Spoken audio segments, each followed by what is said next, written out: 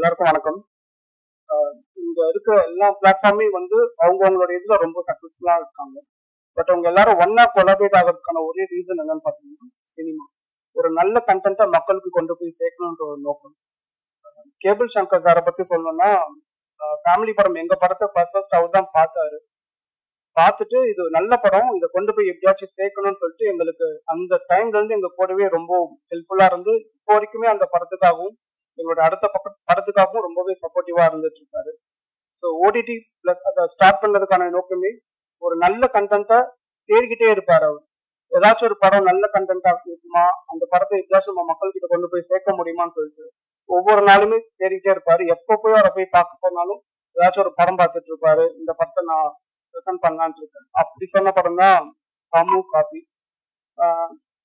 அந்த டைட்டில் கேட்கும் போது கொஞ்சம் எக்ஸைட்டடா இருந்துச்சு. லைக் இது என்ன மாதிரியான கண்டென்ட்டா இருக்கும், காமு காப்பினா என்ன சார், ஃபுல் ஃபார்ம்னா என்ன அப்படின்னு கேட்கும்போது கல்யாணத்திற்கு முன் கல்யாணத்துக்கு பின்னு சொன்னாங்க. ரொம்ப நல்லா இருந்துச்சு அது.